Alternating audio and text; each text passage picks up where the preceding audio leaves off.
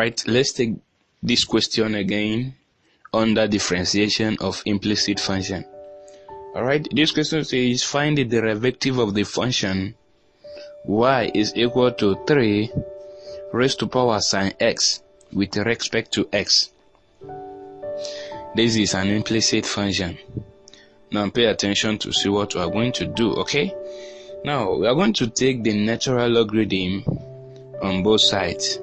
That means we are going to have in y is equal to in 3 raised to power sin x. Okay?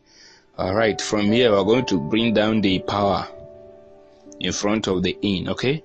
So you are going to have in y is equal to sin x in 3. Okay? Now here let's differentiate the function with respect to x. So the differentiation of in y is going to give us 1 all over y dy all over dx.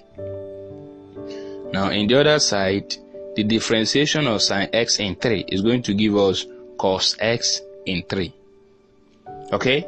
Now from here, we want to make dy all over dx the subject.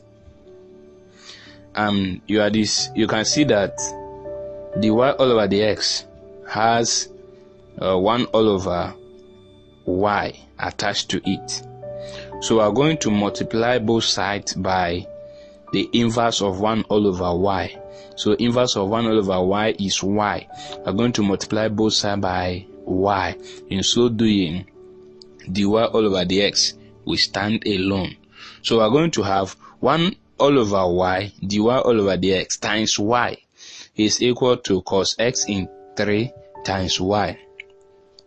So 1 all over y times y will give you 1.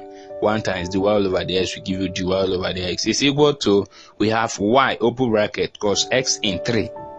And then from the beginning, you discover that our function y is equal to 3 raised to power sin x. Now let's exchange the value for y here. So that means we're going to have dy all over dx is equal to 3 raised to power sin x open bracket cos x in 3. Alright?